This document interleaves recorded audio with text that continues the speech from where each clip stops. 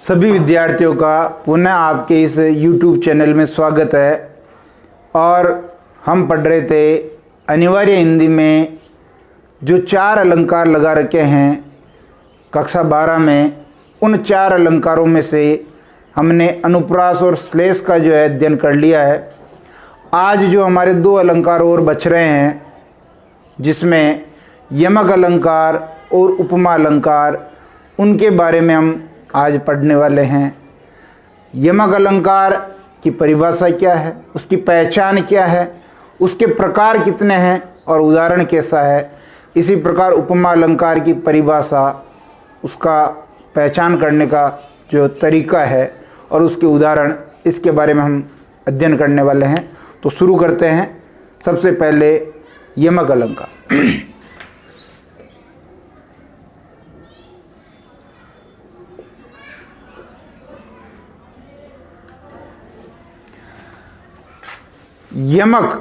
यमक का अगर शाब्दिक अर्थ देखें तो संख्या की दृष्टि से इसका मतलब होता है 2। यमक का मतलब क्या? 2। अर्थात जब कोई काव्य हम पढ़ते हैं या कवि कोई काव्य लिखता है, उस काव्य में कोई शब्द जो है 2 या 2 से अधिक बार आता है और प्रत्येक बार उसका जो अर्थ जो है भिन्न भिन्न होता है।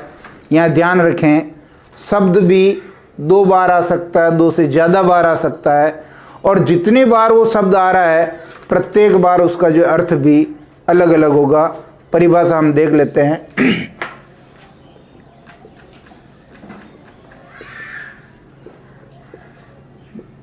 काव्य में जब कोई शब्द 2 या 2 से अधिक बार प्रयुक्त होता है तथा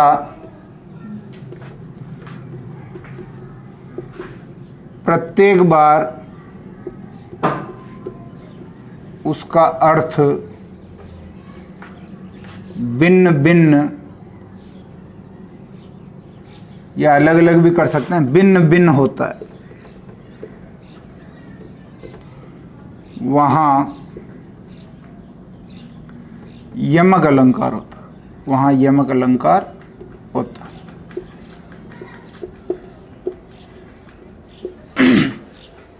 ध्यान दें, काव्य में जो कोई शब्द जो है या तो 2 बार आएगा या 2 से ज़्यादा बार आएगा, और जितनी बार आ रहा है उसका अर्थ भी क्या है?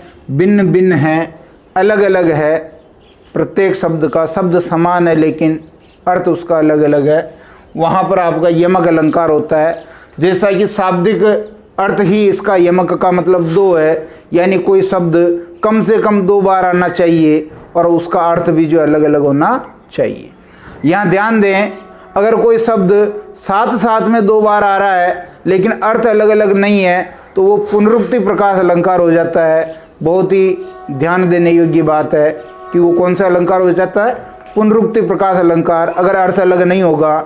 और यदि कोई पूरा का पूरा शब्द समूह, वाक्य का कोई अंश, यदि वो डबल बार आ रहा है, 2 बार आ रहा है, लेकिन अन्वय के कारण उसका अर्थ जो है हमें भिन्न सा जान पड़ता है, वहाँ आपको पता है हमने वो अनुप्रास का भेद पढ़ा था, हमने वो जो है लाटानुप्रास का भेद पढ़ा था।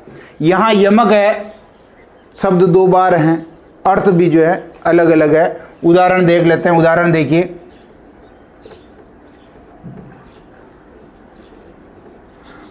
उदाहरण अगर हम देखेंगे तो यहाँ भूषण के कवित्व में से हम एक लाइन यहाँ उठा करके उदाहरण के रूप में देखते हैं कि 3 बेर खाती थी वो, 3 बेर खाती है।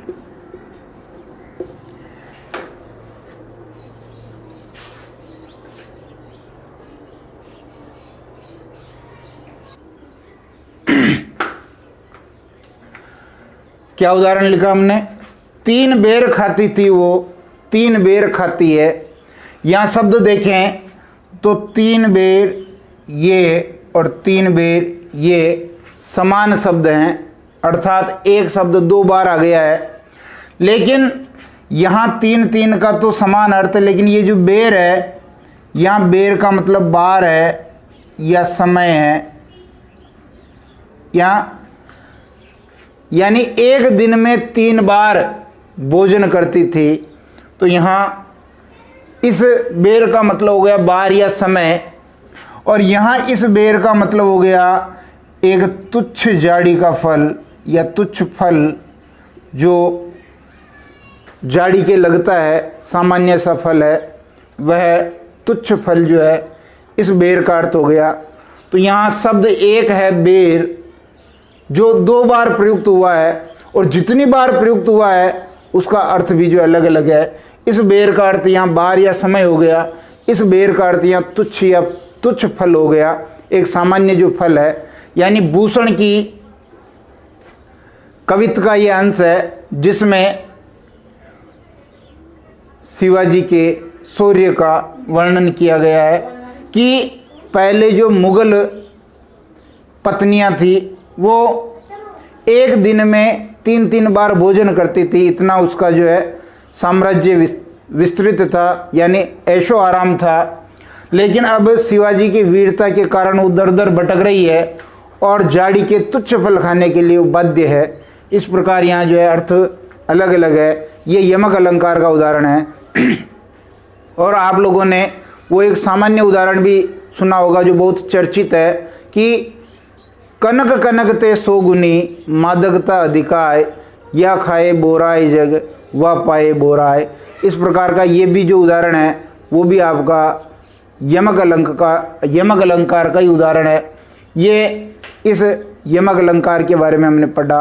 अब यमक अलंकार के भेद भी होते हैं, उन भेदों के बारे में भी हम चर्चा कर लेते हैं।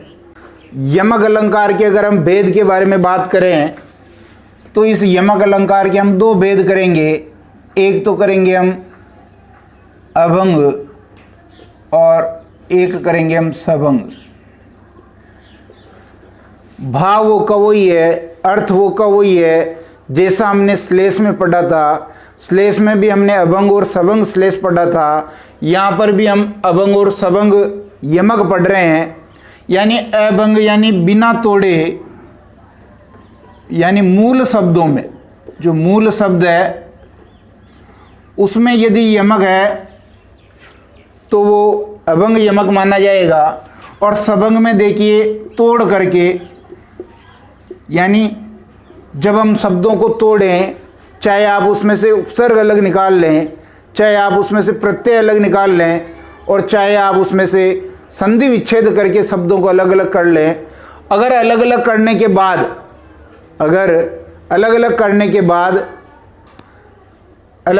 के बाद आपको जो है शब्द के अलग अलग अर्थ मिल रहे हैं तो वो जो आपका सभंग यमक अलंकार माना जाएगा। अभंग के बारे में भी हम बात कर चुके हैं, चाहे वो कनक कनकते सोगुनी मादकता अधिकाय वाला उदाहरण हो, चाहे वो 3 बेर खाती थी वो 3 बेर खाती है ये उदाहरण हो। इसमें मूल शब्द के ही हमने अर्थ निकाले हैं, इसलिए ये जो उदाहरण होंगे वो अभंग यमक के होंगे। लेकिन अब हम जो सभंग यमक का भी जो उदाहरण देख लेते हैं। तो इसका उदाहरण देख रहे हैं हम।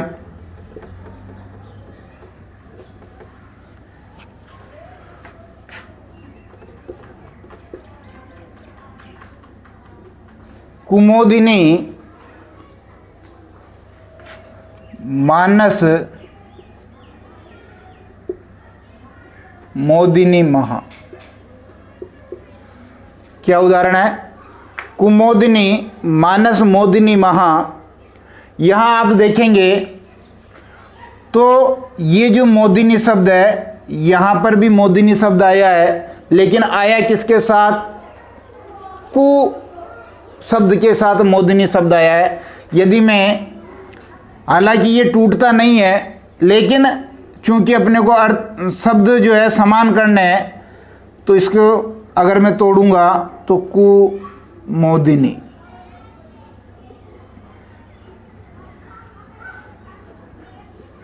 कुमोदिनी। यहाँ व्याकरण के हिसाब से हमने इसको नहीं तोड़ा, ये ध्यान रखें कि ये कोई कु उपसर्ग नहीं है, केवल हमने शब्द को समझने के लिए इसको अलग किया। इसमें से कु मैंने अलग किया तो ये मोदिनी शब्द बच गया, और जो इस मोदिनी शब्द के बराबर है, यानी हम कह सकते हैं कि मोदिनी शब्द जो है 2 बार आया है। अब देखते हैं इसका अर्थ जो है क्या वो अलग अलग है क्या, मोदिनी शब्द का जो अर्थ है हम देखते हैं। तो जब मैं इस मोदिनी शब्द का अर्थ देखूंगा तो मुझे पूरे ही शब्द का अर्थ देखना पड़ेगा, कुमोदिनी शब्द का अर्थ मुझे पूरा का पूरा देखना पड़ेगा। और कुमोदिनी शब्द का अर्थ है आपके पुष्प के संदर्भ में। कुमोदिनी जो है वो एक प्रकार का पुष्प है, और यहां जो मोदिनी शब्द है, ये मोदिनी शब्द का अर्थ है सुख देने वाली।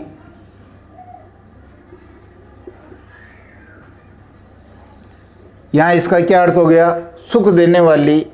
यानी यहां ये पुष्प के संदर्भ में जो हम अर्थ निकाल रहे हैं, ये कुमोदिनी का पूरा ही अर्थ है, लेकिन यहां अपने को जो है शब्द समान होने के लिए मोदिनी शब्द इसमें से, यानी इस पूरे शब्द में आपको वो शब्द मिल जाएगा मोदिनी।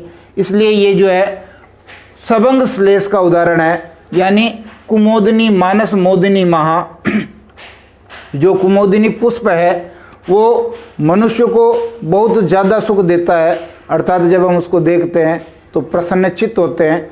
इस प्रकार यहाँ शब्द को तोड़ने के कारण यहाँ सबंग यमक हो गया, लेकिन इतना याद रखें शब्द को तोड़ करके अर्थ नहीं निकलेगा, अर्थ तो आपका जो है वो शब्द पूरा का पूरा जो है उसी से अर्थ निकलेगा। यानी ये अर्थ इसके अंदर ही छिपा हुआ है, केवल हम शब्दों को तोड़ करके ऐसा देखते हैं कि हाँ ये शब्द समान है। बाकी हम शब्द की समानता कैसे लाएंगे, अगर हम इसको अलग नहीं करेंगे तो मोदिनी शब्द 2 बार कैसे आएगा, और जब अर्थ निकालेंगे तो इसी के संदर्भ में अर्थ निकालेंगे, टूटे हुए शब्द के संदर्भ में हम अर्थ नहीं निकालेंगे। ये आपका जो है यमक अलंकार है। इस प्रकार यमक अलंकार को आप याद कर सकते हैं और उसकी पहचान कर सकते हैं। आगे चलते हैं, दूसरा जो अलंकार है अपना और अंतिम जो अलंकार है वो है उपमा। अगला अलंकार हम ले लेते हैं उपमा अलंकार। ध्यान दें,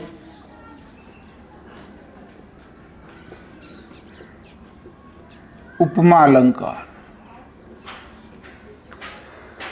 अगर उपमा अलंकार को हम अर्थ की दृष्टि से देखें तो आप यहाँ देखिए ये उप और मा शब्दों से बना है, जिसमें उप उपसर्ग है और मा इसमें मूल शब्द है। यहाँ उप का अगर हम अर्थ देखें तो उप का मतलब है समीप में, निकट में, और पास में भी कर सकते हैं। और मा का मतलब है मापना, तुलना करना। माँ का मतलब हो गया मापना या तुलना करना। अर्थात ये जो उपमा अलंकार है इसमें 2 वस्तुओं को निकट में ला करके, पास में ला करके, समीप में ला करके मापा जाएगा, उनकी तुलना की जाएगी। यानी हम कह सकते हैं कि ये जो उपमा अलंकार है इसका जो संबंध है वो साम्यता से है। किससे है? साम्यता से है, वो तुलना करने से है, तुलना करने से है, या फिर हम बराबरी करने से है। इसका संबंध जो है बराबरी करने से है। 2 वस्तुओं में या तो तुलना की जाएगी या उनकी बराबरी को जो है इसमें दिखाया जाएगा, उनकी साम्यता को इसमें बताया जाएगा। ये उपमा अलंकार है। परिभाषा हम देख लेते हैं। परिभाषा क्या होगी? परिभाषा अगर हम देखते हैं तो जब काव्य में दो वस्तुओं की तुलना किसी रंग, गुण, स्वभाव,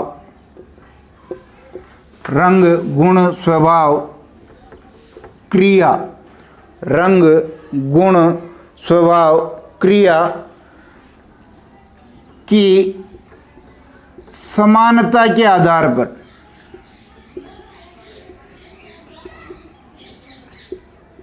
जब काव्य में दो वस्तुओं की किसी रंग, गुण, स्वभाव, क्रिया की समानता के आधार पर तुलना की जाए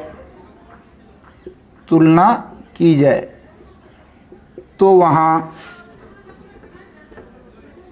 वहाँ उपमा अलंकार होता है। कौन सा अलंकार होता है? उपमा अलंकार होता है।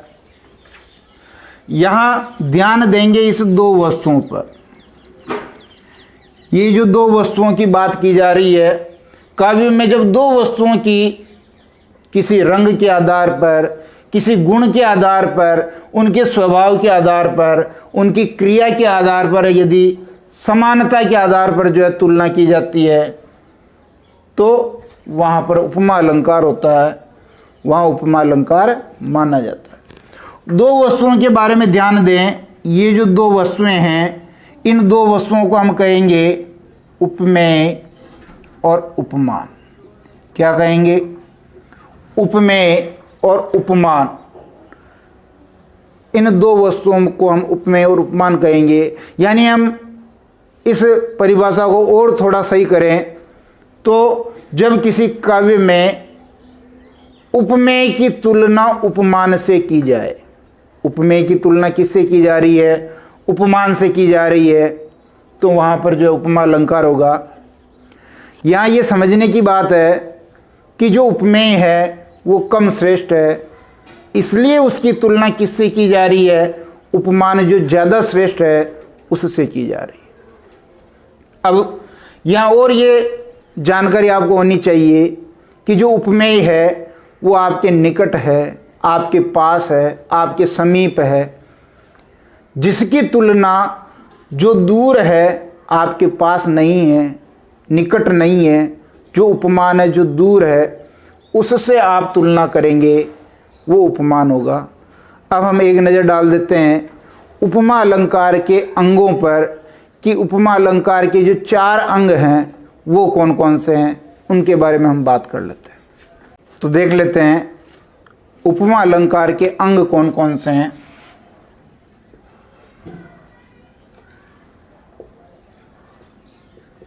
उपमा अलंकार के अंग, उपमा अलंकार के अंग कितने हैं? 4 हैं। पहला देखिए, पहला अंग अगर हम देखें तो उपमेय। दूसरा अगर हम देखें उपमान। तीसरा हम देखें साधारण धर्म। और चौथा यदि हम देखें वाचक शब्द। ये 4 अंग उपमा के हो गए। उपमेय हो गया, उपमान हो गया, साधारण धर्म हो गया और वाचक शब्द हो गया। उपमेय क्या है? उपमेय उसे कहेंगे जिसकी तुलना की जा रही है, यानी जिस वस्तु की तुलना की जा रही है वो वस्तु क्या कहलाएगी?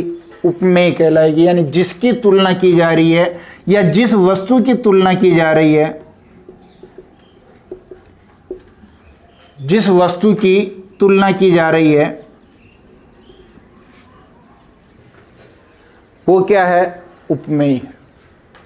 ये मैंने बात बता दी। उपमेय कम श्रेष्ठ होगा, समीप में होगा। उपमेय कम श्रेष्ठ होगा, समीप में होगा, नज़दीक होगा, पास में होगा। ऐसे उपमान की अगर हम बात करें तो जिस वस्तु से तुलना की जा रही है, जिस वस्तु से तुलना की जा रही है,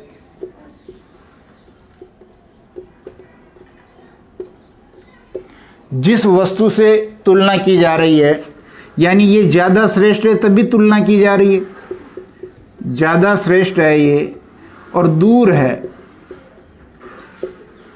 ज़्यादा श्रेष्ठ है और दूर है, अपने निकट पास में नहीं है।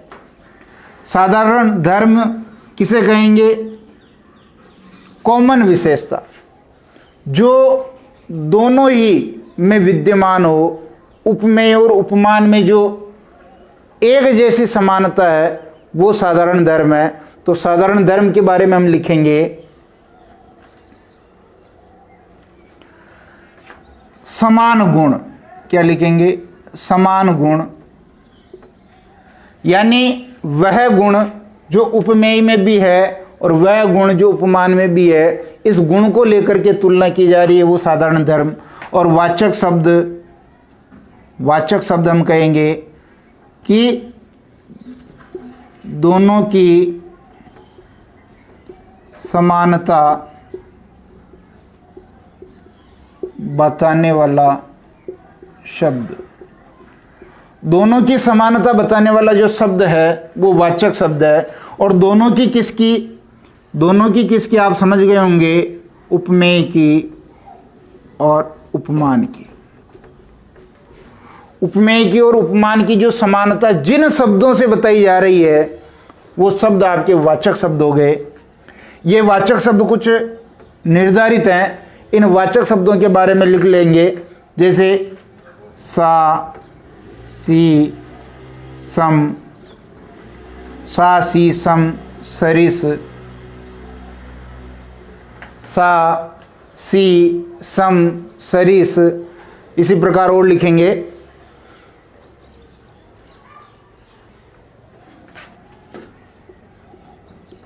समान, सदृश, समान, सदृश,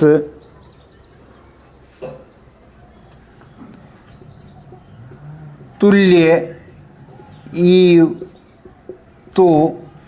ये कुछ वाचक शब्द हैं। इन वाचक शब्दों से भी हम पहचान सकते हैं कि इसमें जो है उपमा अलंकार है। ये वाचक शब्द हैं, तो आपको वाचक शब्द जो है याद होने चाहिए कि जहाँ सा आ जाए, सी आ जाए, सम, सरिस, समान, सदृश्य, तुल्य, ईव, तो, ये शब्द आ जाए, वहाँ पर आपका उपमा अलंकार होता है, वहाँ उपमा अलंकार माना जाता है। कभी कभी जिम्मी शब्द भी आ जाता है, जिम्मी शब्द भी आ जाता है, इसको भी हम वाचक शब्द में शामिल कर लेंगे। तो ये उपमा अलंकार के अंग हो गए। 4 अंग हैं, उपमेय, उपमान, साधारण धर्म और वाचक शब्द। और चारों के बारे में आपको जो है उंगलियों पर जानकारी याद होनी चाहिए कि ये 4 चीज़ें कौन कौन सी है, कैसी कैसी है। अब आगे हम उदाहरण के माध्यम से देख लेते हैं, उदाहरण इसका समझ लेते हैं। देखते हैं उपमा अलंकार का उदाहरण।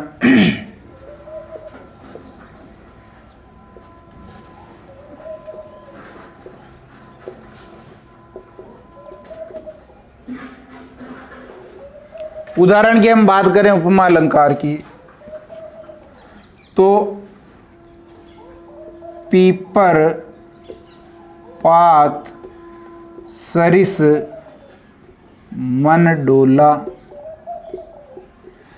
पीपर, पात, सरिस, मन डोला, ये उदाहरण है उपमा का।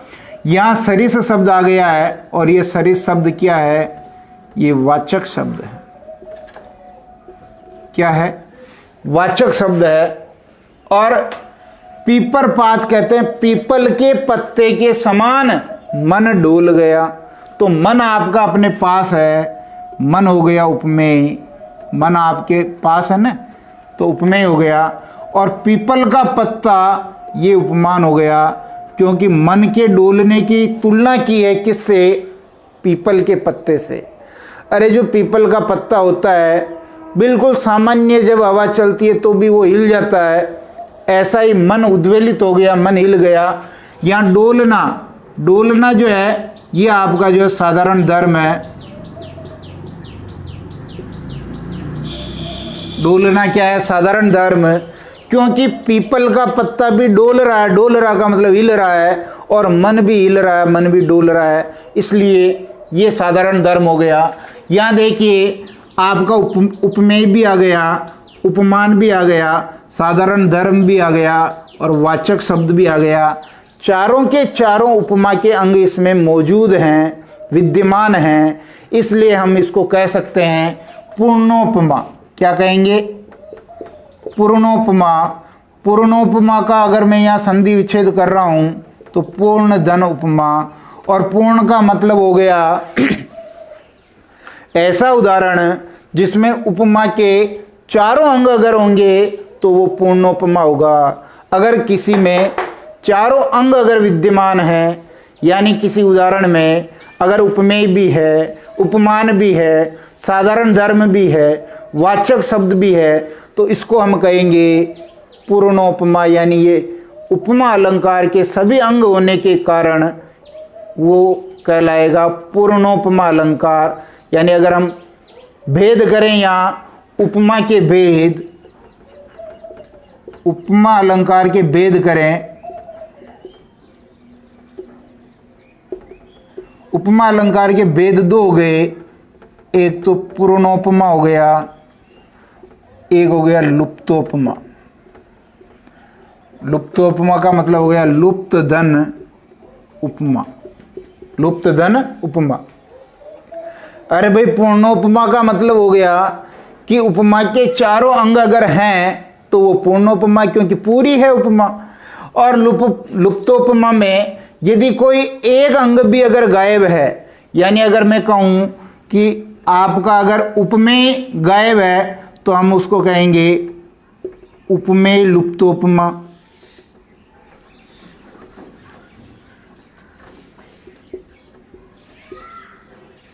उपमेय लुप्तोपमा कहेंगे क्योंकि क्या गायब है? उपमेय गायब है, बाकी तीनों हैं। अगर कहीं उपमान गायब हो जाता है तो हम कहेंगे उपमान लुप्तोपमा। और यदि कहीं वाचक शब्द गायब हो जाता है तो हम उसको कहेंगे वाचक लुप्तोपमा।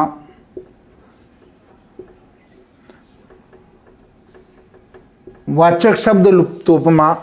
और यदि कहीं साधारण धर्म नहीं है तो उसको कहेंगे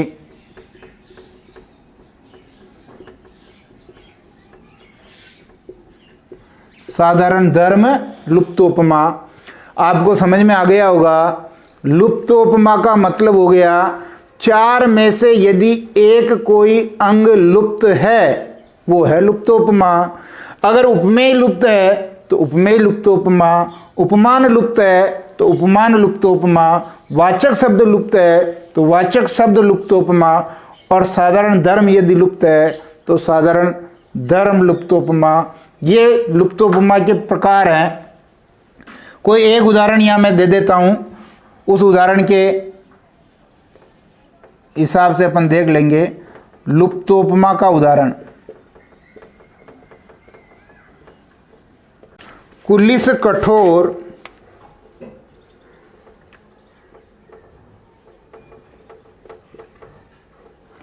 कुलिस कठोर सुनत कटुबाणी। कुलिस कठोर सुनत कटुबाणी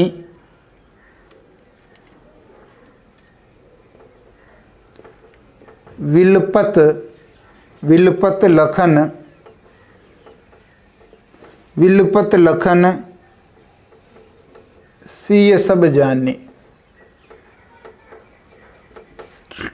सिय सब जाने। अब यहाँ देखेंगे तो जो कुलिस है, कुलिस का मतलब हो गया वज्र। ये क्या हो गया? ये आपका जो है कुलिस कठोर सुनत कटुवाणी, और ये कड़वी वाणी है। ये कड़वी वाणी आपके पास है तो ये क्या हो गई? उपमेय हो गई। वज्र आपके पास नहीं है, कुलिस नहीं है, ये उपमान हो गया। और कठोर, कठोर यानी कड़वी, कठोर, ये आपका हो गया साधारण धर्म। कुलिस कठोर सुनत कटुवाणी, बिलपत लखन सिय सब जानी। अब यहाँ देखते हैं, देखने पर पता चल रहा है कि जो कड़वी वाणी है वो कुलिस कठोर सुनत, वज्र के समान कठोर है। जैसा आपका वज्र है, वज्र की विशेषता कठोर है और वाणी की भी विशेषता कठोर है, कड़वी है। तो यहाँ उपमेय है, उपमान आपका नजर आ रहा है। यहाँ साधारण धर्म भी इसमें है, तो ये वाचक शब्द नहीं है। तो ये उदाहरण हो गया आपके वाचक शब्द लुप्तोपमा का। इसी प्रकार कोई और उदाहरण भी हो सकता है। कभी कभी पूर्णोपमा में ही एक मालोपमा और आ जाता है।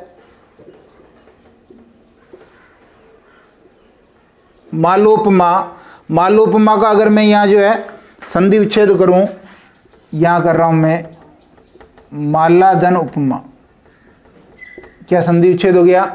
माला धन उपमा, यानी उपमा की माला है, एक ही उपमेय से उपमानों की लड़ी लगा दी जाए, उपमानों की जड़ी लगा दी जाए, उपमानों की लाइन लगा दी जाए, अनेक उपमानों से उसकी तुलना की जाए, तो वहाँ पर मालोपमा होगा।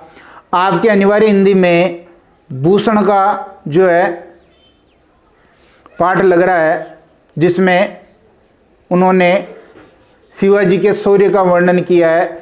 इंद्र जिमी जंब पर बड़व सुअंब पर।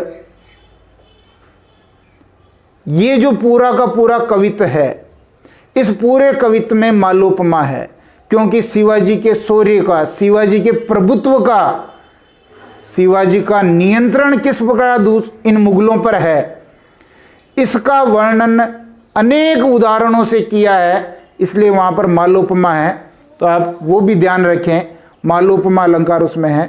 इस प्रकार ये जो उपमा अलंकार है ये आपके पाठ्यक्रम में शामिल था, इसको हमने पढ़ लिया। तो ध्यान दें, हमने पिछली वाली क्लास में अनुप्रास पढ़ लिया था, श्लेष पढ़ लिया था। इस वाली क्लास में हमने यमक पढ़ लिया है और उपमा पढ़ लिया है, और निश्चित रूप से ये कक्षा आपको पसंद आई होगी। आगे की कक्षा के लिए तैयार रहिए। तब तक के लिए धन्यवाद। जय हिंद, जय भारत।